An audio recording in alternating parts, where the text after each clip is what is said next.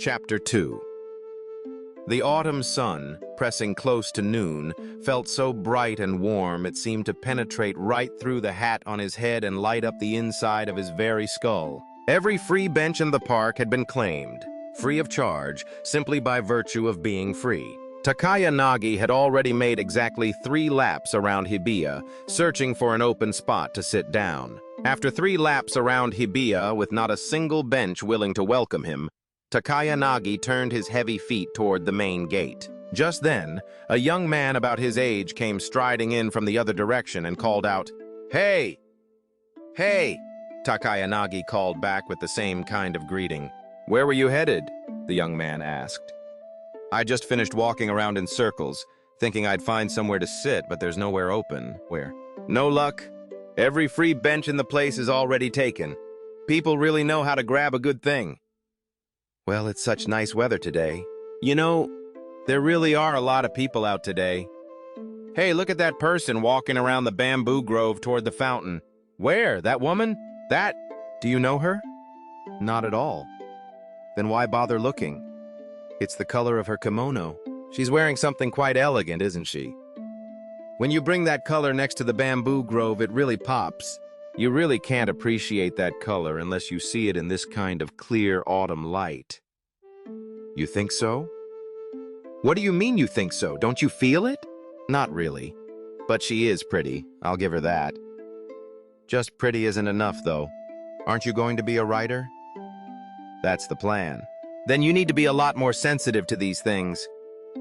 "Nah, I can afford to be a little dull in that department. I've got plenty of sensitivity to spare in other areas." "Ha ha ha! Well, good for you if you're that confident. Hey, since we ran into each other anyway, why don't we walk around a bit more?" "Walk? No, thank you." "Oh? If I don't catch the streetcar home right now, I'll miss lunch." "Then let me treat you to lunch." "All right, let's save it for another time." "Why, you don't want to?" "It's not that I don't want to, it's just, you're always treating me to things." "Ha ha ha, you're being modest, are you?" "Come on, let's go," the young man said, and without giving Takayanagi any say in the matter, he dragged him into the Western restaurant right in the middle of the park and claimed a table upstairs with a fine view. While waiting for their order, Takayanagi sat propping his pale face in both hands, staring out at the street below with an air of complete exhaustion. The young man muttered to himself, This place is pretty spacious." Then, "Looks like they do good business." Then, "What's this? What a weird place to put an ad for a full-length mirror," he muttered, half under his breath, and then suddenly thrust his hand into his trouser pocket. "Oh no, I've done it. I forgot to buy cigarettes," he announced in a loud voice. "I've got cigarettes right here," said Takayanagi, tossing a pack of Shikishima onto the white tablecloth. Just then, the waitress arrived with their order. There was no time to light a cigarette. "This is draft beer, isn't it?" "Hey, let's raise a toast with this draft beer," the young man said, taking a big gulp of the amber liquid, bubbles rising up from the bottom. "What are we drinking to?" Takayanagi asked, taking a sip. "Graduation, of course." "A graduation toast now?" Takayanagi set his half-drunk glass back down on the table. "You only graduate once in your whole life, so you can celebrate it as long as you want. Since it only happens once in a lifetime, you could just as well skip celebrating it altogether. You and I are total opposites. Hey, miss, what's this fried dish? Salmon?" "Hey, right here. Try squeezing a little of this orange over it," the young man said, and with a quick pinch between his index finger and thumb, he squeezed a stream of yellow juice right onto the breaded salmon. Like a light shower of rain falling on the surface of a garden, it was instantly absorbed into the hot oil. "I see. So that's how you eat it. I thought it was just for decoration."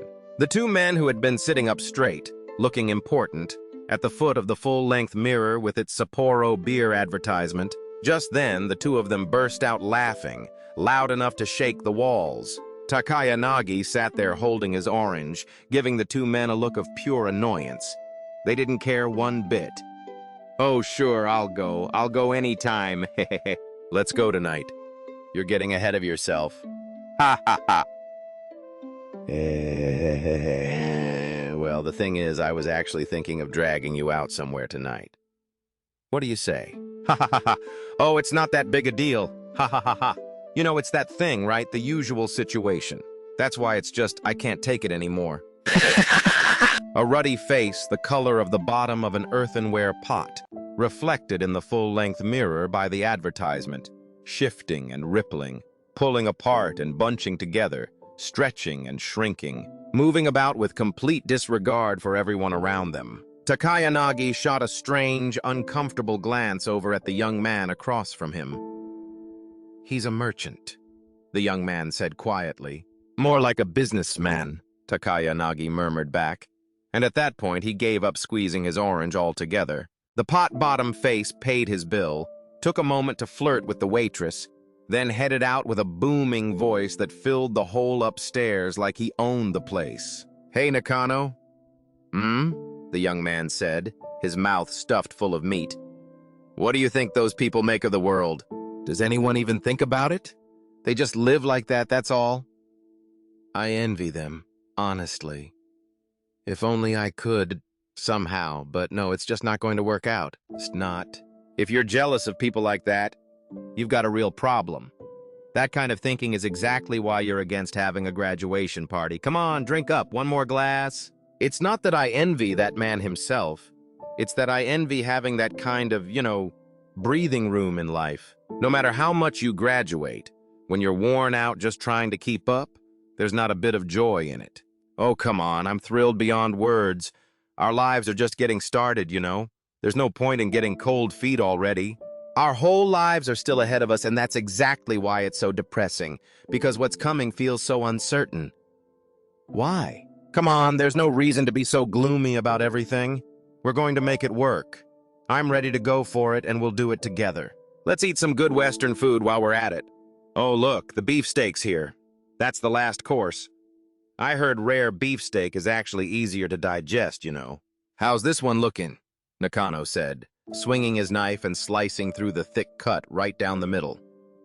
Well, would you look at that? It's red. It's really red, look at that. It's practically bleeding. Takayanagi didn't say a word and just started chewing away at the red, rare steak. No matter how red it was, it didn't seem like it could possibly be easy to digest. When you're trying to pour your heart out to someone, and before you've even gotten to the heart of it, getting half-hearted comfort from the other person before you've even had a chance to fully get your grievances out, that's never a pleasant feeling. He couldn't tell whether his frustration had actually gotten through or not. Whether the sympathy was genuine or just polite words. Takayanagi stared at the redness of his beefsteak and wondered why his friend had to be so emotionally tone-deaf. Just when Takayanagi was ready to dig deeper, Nakano would come and douse it all with a splash of cold water. That was just his way. When someone is cold or indifferent from the start, you come prepared for that. So no matter how chilly they are, you won't be caught off guard. If Takayanagi had known Nakano was that kind of person from the start, getting cut off like that wouldn't have stung nearly so much. But in Takayanagi's eyes, Nakano Kichi was a brilliant young man, handsome and sharp, someone who truly understood people and had good judgment. And yet this brilliant man had a habit of doing exactly that, and Takayanagi couldn't make sense of it.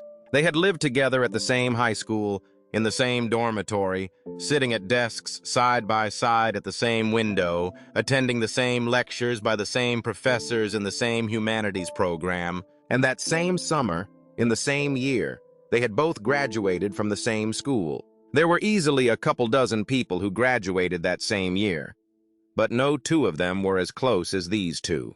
Takayanagi was known as a man of few words, someone who kept to himself, a cynical pessimist. Nakano was an easygoing, well-rounded young man of real talent, full of charm and good taste. From the moment these two struck up a friendship, they became so close that even outsiders found it surprising. Fate stitches together the finest Oshima silk with the roughest Chichibu homespun. When there is only one person in the world you feel close to, and you cannot find closeness with anyone else, that one person becomes everything. A parent, a sibling, and more than that, a beloved. Takayanagi did not think of Nakano as merely a friend. It's a shame that Nakano wouldn't hear out every last bit of his grievances. It felt like being caught in a sudden evening shower halfway there and having to turn back without ever reaching where he'd wanted to go. And on top of not really listening, being offered breezy words of comfort on top of that, that's even more frustrating. When you ask someone to lance a boil for you, and all they do is dab at it with a soft piece of cotton wool, it just leaves you feeling itchy and frustrated. But thinking that way is unfair of Takayanagi. Criticizing a Hina doll for lacking the allure of a geisha is exactly the kind of thing someone says when they have no understanding of what a Hina doll's charm is all about. Nakano had been born into a wealthy, well-established family and raised in a warm, comfortable home. As for the storms of life, he had only ever experienced them while sitting by the kotatsu. He had only ever watched the storms of life from the kotatsu, peering out through the glass doors of the veranda. He understands the patterns of yuzen silk, appreciates the brilliance of gilded screens, and finds himself dazzled by the glow of silver candlelight. The beauty of a living woman moves him even more deeply, and he is certainly no cold-hearted brute, blind to the warmth of a parent's love, a brother's affection, or a friend's loyalty. It's just that the half of the world he lived in had always been bathed in sunlight. Someone who lives on the sunny side of the world plants a foot firmly on the ground. The only time it occurs to him that there's a pitch-dark half of the world right beneath his feet is when he's studying geography. Occasionally, while walking along, you might notice it, but you'd never feel it in your bones, that bone-deep chill of how dark it truly is. Takayanagi is a person who lives alone in that dark half of the world. He and Nakano have nothing in common beyond the fact that the soles of their feet happen to press against the same earth, pointing toward each other from opposite sides. The Oshima silk on one side and the Chichibu lining on the other are held together only by the grace of a slender thread, barely threading its way through the eye of an uncertain needle. Pull out that slender thread, and between Kagoshima and Saitama, there would still be hundreds of miles of mountains and rivers stretching between them. If you've never had a toothache, the quickest way to deal with someone else's tooth pain isn't to tell them you understand, it's to send them straight to the dentist. A sick person told, "You don't need to make such a fuss about the pain," would never feel the least bit comforted. "You're lucky you don't have any reason to be pessimistic," said Takayanagi, who had given up on his beefsteak after only half of it, puffing on a Shikishima cigarette as he studied the other man's face. The other man kept moving his mouth wordlessly, shaking his head and right hand from side to side, which seemed to mean he didn't agree with Takayanagi. "I don't need to be pessimistic, so if I have no reason to be pessimistic, that basically makes me a simpleton, doesn't it?" Takayanagi almost let a smile cross his thin lips, but the faint ripple faded before it could spread to his cheeks. The other man kept talking. "I've spent 3 years at university myself, and I've read my share of philosophy and literature, you know. I may not look it, but I know as well as anyone just how bleak this world really is." "That's only in books," said Takayanagi, looking down from a great height, as if peering into a valley far below. "In books, sure, obviously in books, but in real life too, believe me. I've got my share of pain and worry. But you never have to worry about money. You've got plenty of time. You can study as much as you want, and you can write whatever you feel like. Compared to me, you're really lucky, you know," Takayanagi said, this time with a sigh that sounded genuinely envious. "But underneath all that, it's not nearly as carefree as it looks. I've got all sorts of worries, you know, and it gets to be too much," said Nakano, stubbornly insisting on his claim to having troubles of his own. "You really think so?" the other said, far from convinced. "Come on, don't you start making fun of me too. That just makes it even worse. Actually, I was thinking of heading over to your place today to get a good dose of sympathy from you. I can't really sympathize without knowing what's going on. I'll explain bit by bit. I was so fed up I had to come out for a walk, that's all. You could at least figure that much out on your own." Takayanagi let out a grin and didn't even try to hide it. He wanted to sympathize, but honestly had no idea what to sympathize about. "So what brings you to the park at this hour?" Nakano asked, looking Takayanagi straight in the face. "Hey, something's off about your face." The right side of his face, where the sunlight was hitting, looked remarkably healthy and flushed, but the side in shadow had a terrible, sickly pallor. How strange. Right down the middle of your nose, there's a contradiction staring back at you. It's like someone stitched together half a tragic mask and half a comic one, he said, rattling it all off without stopping for breath. Hearing this innocent observation, Takayanagi felt as though the secret hidden in his heart had been read right off his face. He caught his breath, then raised his right hand and swept it across his face, from his forehead down to his chin. He ran his hand all the way around his face, from his forehead down to his chin. Maybe he was trying to mix up the contradiction on his face. I don't have time to be taking walks, no matter how nice the weather is. Today I went all the way past Shimbashi to look for something I lost. And on the way back I thought, well, since I'm passing by anyway, I just thought I'd stop and rest here on my way back, he said, moving the hand that had been stirring up his face down under his chin, his expression still gloomy as ever. Mixing together the tragic mask and the comic mask should have produced a perfectly ordinary face. But somehow what came out was something strangely muddled. Lost property? What did you lose? I lost my manuscript on the tram yesterday. Your manuscript? Oh no, that's terrible. Once I've finished a manuscript, I worry myself sick until it actually comes out in the magazine. A draft is literally more precious to us than our own lives, you know. Nah, it'd be nice if I actually had time to write something worth calling important, he said, with a tone that sounded like he was putting himself down. But no, I don't. So what was the manuscript about? A translation on methods of teaching geography. It was supposed to be delivered by tomorrow, so now that it's gone, I won't get paid for it. And I'll have to do the whole thing over again. I'm just completely fed up with the whole situation. So you went looking for it and it still didn't turn up? Nope. I wonder what happened to it. The conductor probably took it home and made a duster out of it. Come on, that's a stretch. Still, if it doesn't turn up, you're in a real bind. It's a real pain. And I can blame myself for being careless, but that lost and found clerk, what an awful guy, so completely unhelpful, so formal and mechanical, just rattling off the same scripted lines over and over, and after that, no matter what you asked, it was nothing but, I don't know, all the way through. That guy is a model citizen, the very picture of a 20th century Japanese. I bet whoever runs that place is exactly the same kind of person. That really got under your skin, didn't it? But hey, the world isn't all lost and found clerks like that guy, so it's not all bad, right? Are there really people out there with a bit more humanity in them? Listen to you, being cynical. Hey, the world is the cynical one. The world today is like some kind of cold-blooded competition to see who can be the most heartless, he said, and tossed his half-smoked Shikishima cigarette over the second-floor railing. Just as he flung it down from the second-floor railing, a voice called out, "Thank you!" And right at that moment, two men in fedoras stepped out through the gate below. The ash landed right on top of it, neat as you please. The man walked off looking rather pleased with himself, smoke still rising from his hat. "Hey, that was awful of you," Nakano said. "Oh, it was an accident." "Hey, that's the businessman from earlier. Who cares? Just leave him." "You're right, that's the same guy. What was he doing hanging around all this time? Maybe he was down there playing billiards or something."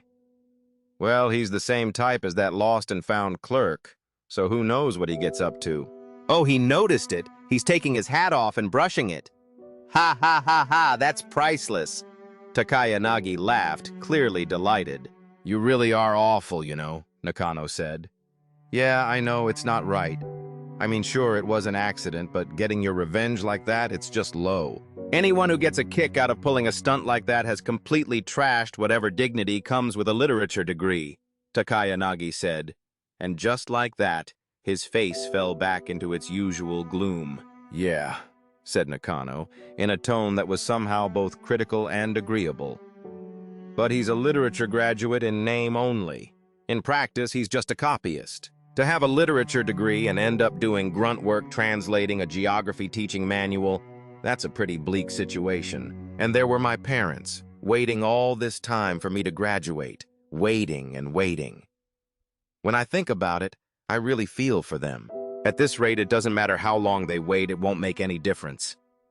"Well, you only just graduated, so you can't expect to be famous overnight." One day, when we put out some truly great work and show the world what we're really made of, everything will be ours. And when exactly is that going to be? Don't be in such a rush. Things change over time, new blood comes in and the old makes way. So you've got to play the long game, dig in and stick with it. Otherwise, you won't get anywhere. You know, people are gradually starting to recognize our true worth. Even someone like me, just by writing constantly, gets people talking a little. You've got it easy. You have the freedom to write whatever you want. I've got so many things I want to write about, but I never have the time to actually sit down and work on anything. It's genuinely frustrating more than I can say. If only I had someone to support me, I could study without worry and actually produce something worthwhile. If only I could find something, anything that paid a steady 60 yen a month, that would be enough. I'd been supporting myself even before graduation, but I never thought that even after graduating, things would still be this hard. If things are this rough, there's nothing to be done about it. If I had control over my family's assets, I'd be your patron, but as it is, please, I'm begging you. I'm sick of the whole thing. You know, thinking about it now, even a teaching job at some small-town school isn't easy to come by, is it? No, I guess not. I have a friend who graduated in philosophy, and it's been 3 years since he finished, but he still hasn't found anything. Really? When I think about it now, the stuff we did as kids, we didn't even know why we were doing it. We just went ahead and did terrible things. Though I suppose the times were different back then, so maybe teaching positions weren't as hard to come by as they are now. So what did you do? There was an English teacher at my hometown middle school named Shirai Doya. Doya. What an odd name. Sounds like something you'd find engraved on a tea kettle. I'm not sure if it's read as Doya or what, but we all just called him Doya, Doya. And this teacher, Doya, well, he was a bachelor of literature too, you know. In the end, everyone ganged up and drove that teacher out. How? How? We just bullied him until he left, that's all. He was actually a good teacher, you know. I was just a kid, so I had no real sense of his character or anything like that, but well, he didn't seem like a bad person at all. So why did you all drive him out? Well, that's the thing. Some of those middle school teachers, they can be real pieces of work, you know. We were stirred up. That's basically what happened. I still remember it clearly. We'd get a group of 15 or 16 kids together at night, march up to Doya Sensei's house in a mob, let out this big war cry, and hurl a couple of rocks at the place. That's awful. Why on earth would you do something so stupid? I honestly don't know. It was just fun, that's all.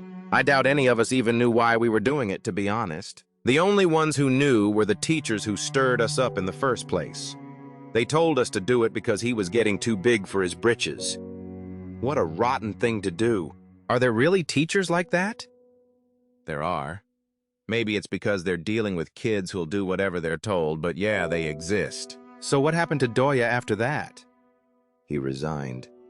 Poor man. It really was terrible what we did to him. He must have had a hard time making ends meet while he was looking for another position. When I see him again, I plan to give him a proper apology. So where is he now? I have no idea. Then who knows when you'll ever run into him? Right, there's no telling when that'll be. For all we know, he might not have found another teaching position and could have died somewhere. Anyway, before he resigned, he came into the classroom and said something. What did he say?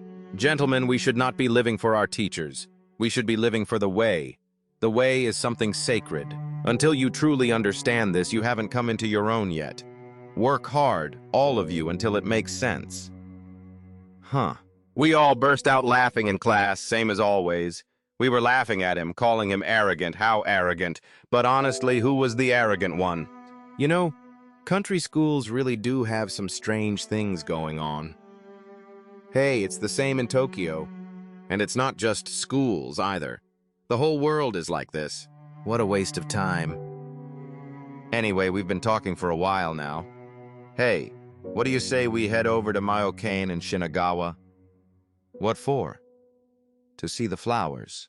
I have to go home and translate that geography teaching manual. Oh, one day of fun won't hurt you. A place that beautiful is sure to put you in a great mood, and then the translation will just flow, you'll see. You think so? So you're going out to have fun? Well, fun is part of it. I'm thinking of going there, doing a quick sketch and using it as material. Material for what? I'll show you when it's done. I'm writing a novel. In one of the chapters, a woman is standing in a flower garden, gazing intently at a small red flower. And then, the red flowers slowly fade, getting lighter and lighter until they turn completely white. That's the scene I want to write. Is it a fantasy story? I want to write something fantastical and mysterious, with a feeling like you're longing for some distant, forgotten past. I just hope I can capture that feeling right. Well, give it a read when it's done. Mio Cohen isn't really going to help you with that kind of thing. You'd be better off going home and looking at a Holman Hunt painting instead. Oh, I've got things I want to write too. I just never seem to have the time. You just don't like nature, that's your whole problem. Oh, nature, who cares about that? In this brutal 20th century, you can't just sit around talking about things like that. What I want to write isn't anything like some dreamy fantasy. It doesn't have to be pretty. It can be painful. It can be agonizing. As long as it touches on something real inside me, I'm satisfied. Whether it's poetic or not, that doesn't matter to me. Even if it hurts so bad I could jump out of my skin, I want to cut into my own body, take a good hard look, and write down exactly what that pain feels like so I can make people understand it. I want people to know that deep down, in a place that the carefree and comfortable could never even dream of imagining, there are truths like these, and that this is where the real core of being human lies, to teach the idle pleasure seekers of the world, and make them say, "Oh, is that so? I never imagined things could be like that, but now that you put it that way, I have to admit you've got a point." Making them bow their heads in awe and say, "I stand corrected." That's what I'm after. You and I are heading in pretty different directions. But that kind of literature just leaves a bad feeling. Well, suit yourself, but hey, how about heading over to Myocane? If I had time to go to Myocane, I'd rather use it to write even one more page of what I'm trying to say. Just thinking about it, I get this restless feeling all over. Honestly, I can't just sit around like this stuffing myself with half-cooked steak. Ha ha ha, there you go getting worked up again. Come on, it's fine. There are people out there just like those merchant types we saw earlier. Seeing people like that just makes me want to work even harder. If only I had even a tenth of the money and time those people have, I'd show them what I could write. So you're completely against going to Myocane then? It'll take too long. You're wearing your winter clothes, but I'm still in my summer outfit, so if I get cold on the way back and catch a chill, that'd be trouble. Ha ha ha ha, what a funny excuse you've come up with. It's already the season for winter clothes, you know. You could just change into them. You're so lazy about everything. I'm not too lazy to change. I just don't have any to change into. And I haven't paid a single cent for this summer suit yet. Is that right? Nakano said, his face falling with sympathy. By the time the lunch crowd had all cleared out and the two of them finally pushed back their chairs, nothing was left but scattered breadcrumbs here and there on the tablecloths. The park was even livelier than before. The free benches were still occupied by strangers, men and women whose names nobody knew. The autumn sun blazed down, cutting right through the back of his summer jacket.